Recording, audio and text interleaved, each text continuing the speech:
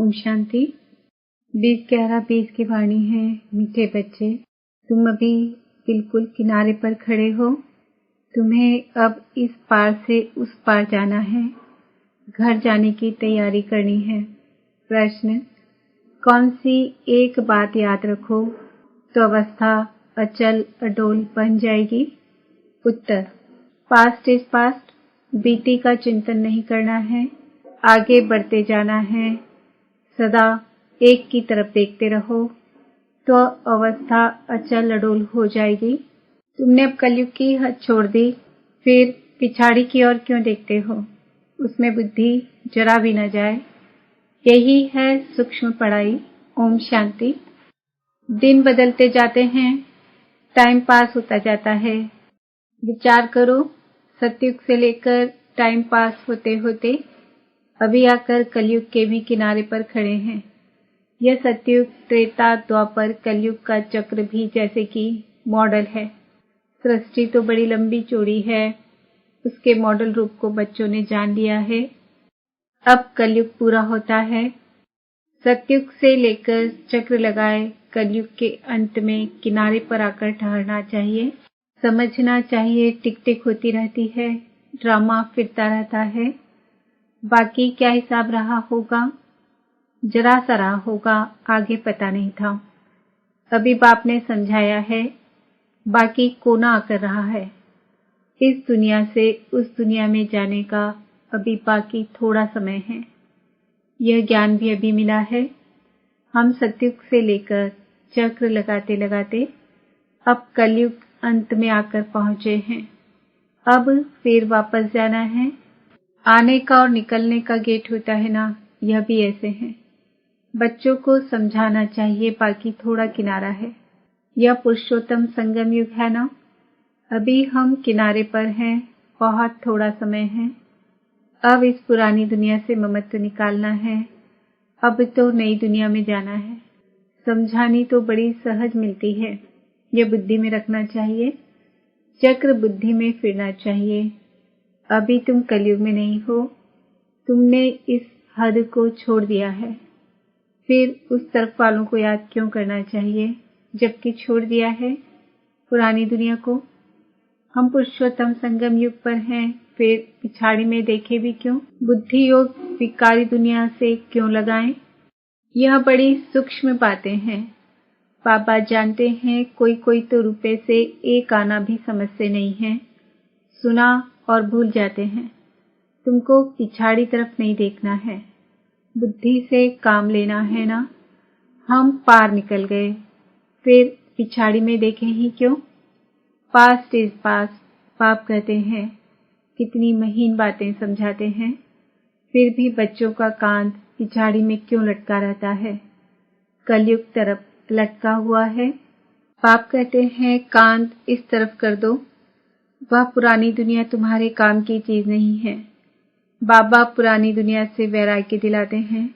नई दुनिया सामने खड़ी है, पुरानी दुनिया से वैराग्य। विचार करो, ऐसी हमारी अवस्था है। बाप कहते हैं, पास्ट इज पास्ट। बीती बात को चितो नहीं। पुरानी दुनिया में कोई आश नहीं रखो। अब तो एक ही ऊंच आश रखनी है। हम चले सुखधाम। बुद्धि में सुखधाम ही याद रहना चाहिए। पिछाड़ी में क्यों फिरना चाहिए? परंतु भक्तों की पीठ मुड़ जाती है।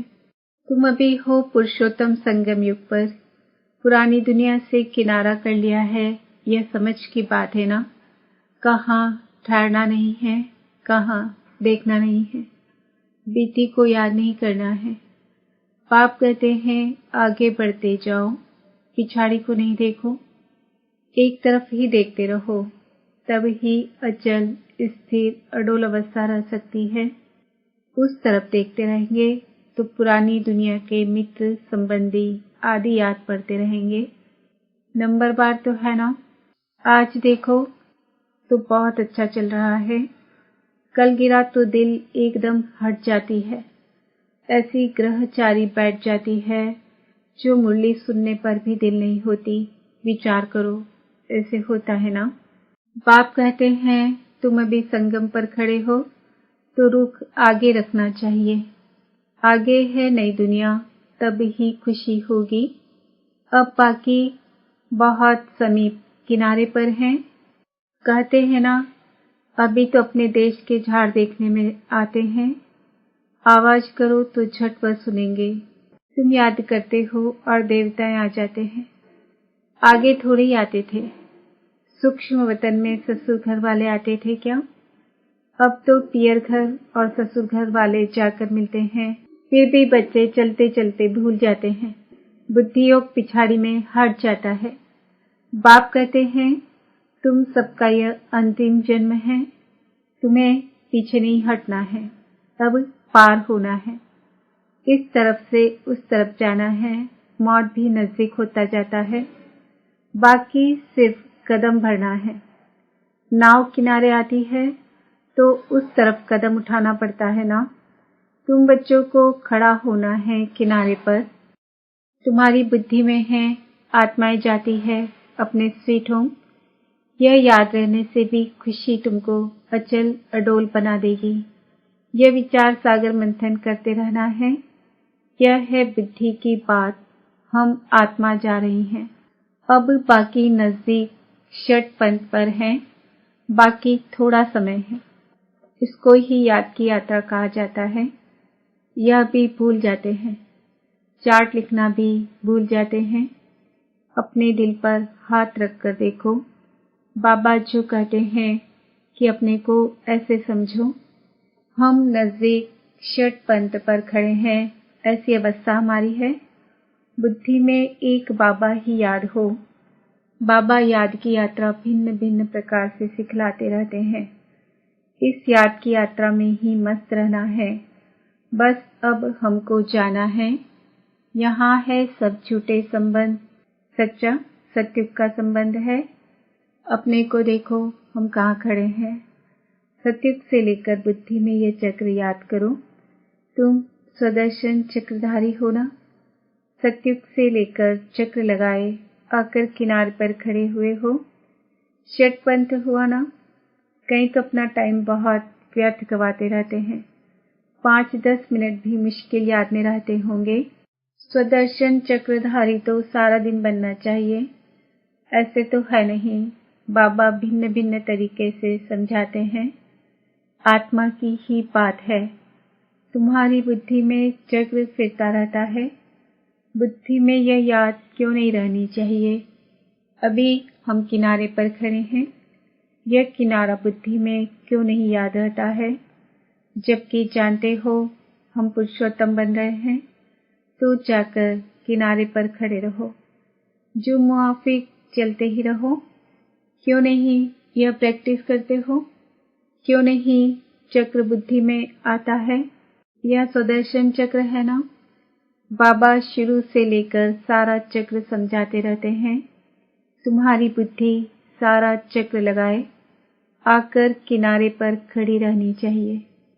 और कोई भी बाहर का वातावरण झंझट न रहे। दिन प्रतिदिन तुम बच्चों को साइलेंस में ही जाना है। टाइम वेस्ट नहीं गवाना है। पुरानी दुनिया को छोड़ नए संबंध से अपना बुद्धि का योग लगाओ। योग नहीं लगाएंगे तो पाप कैसे कटेंगे? तुम जानते हो यह दुनिया ही खत्म होनी है। इनका मॉडल कितना छोटा है।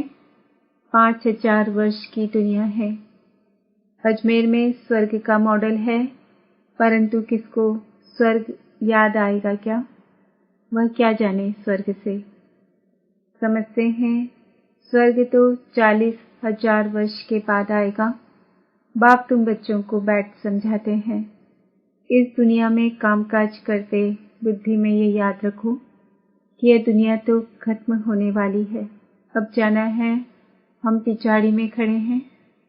कदम कदम जो मिसल चलता है। मंजिल कितनी बड़ी है। बाप तो मंजिल को जानते हैं ना।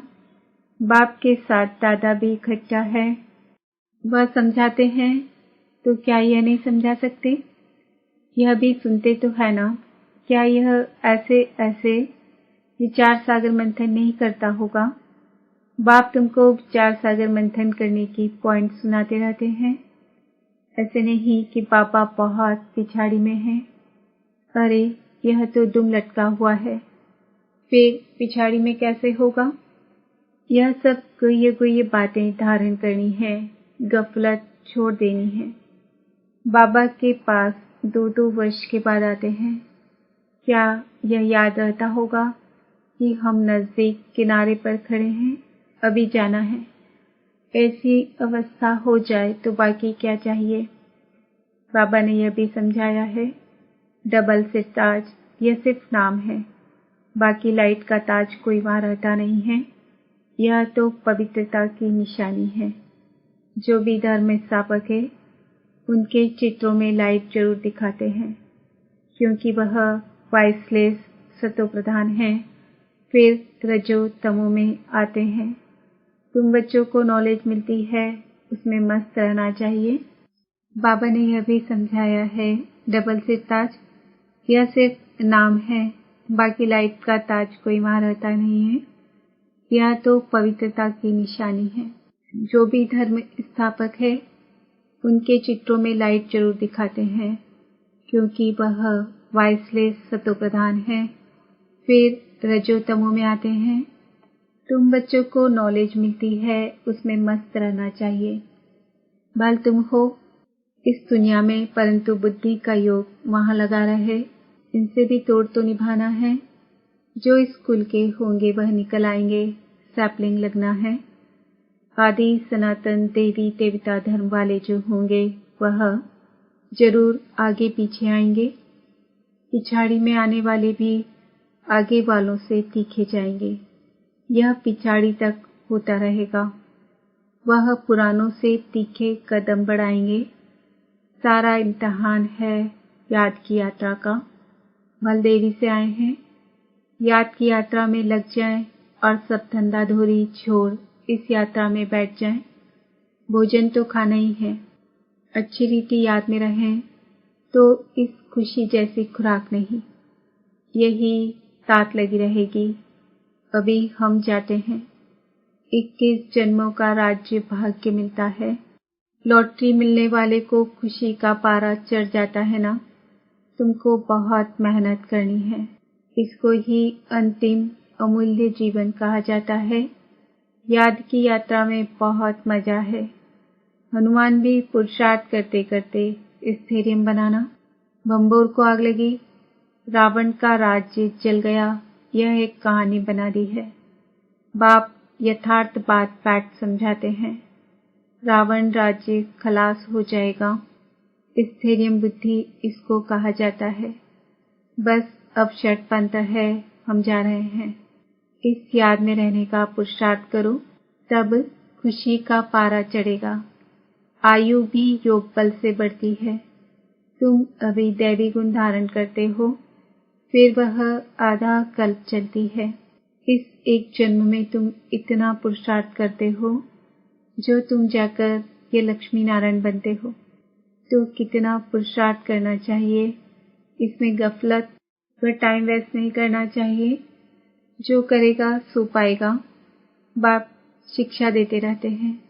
तुम समझते हो, कल्प कल्प हम विश्व के मालिक बनते हैं। इतने थोड़े टाइम में कमाल कर देते हैं। सारी दुनिया को चेंज कर देते हैं। बाप के लिए कोई बड़ी बात नहीं। कल्प कल्प करते हैं। बाप समझाते हैं।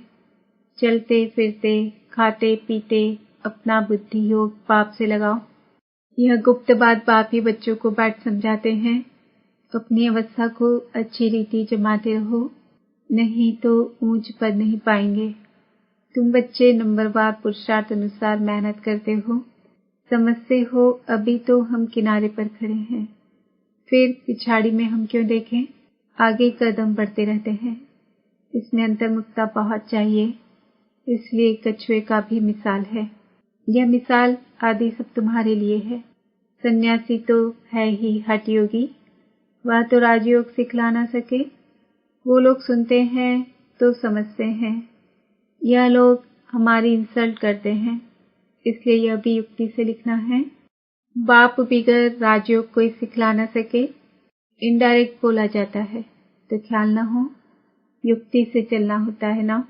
जो सर्प भी मरे, लाठी भी ना टूटे, कुटुंब, परिवार आदि सबसे प्रीत रखो, परंतु बुद्धि का योग पाप से लगाना है। तुम जानते हो हम अभी एक की मत पर हैं। यह है देवता बनने की मत।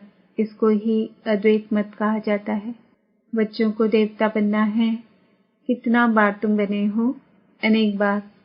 अभी तुम संगम युग पर खड़े हो। यह अंतिम जन्म है। अब तो जाना है। पिछाड़ी में क्या देखना है? देखते हुए फिर भी अपनी अडोलता में तुम खड़े रहो। मंजिल को भूलना नहीं है। तुम ही महावीर हो जो माया पर जीत पाते हो। अभी तुम समझते हो हार और जीत का यह चक्र फिरता रहता है।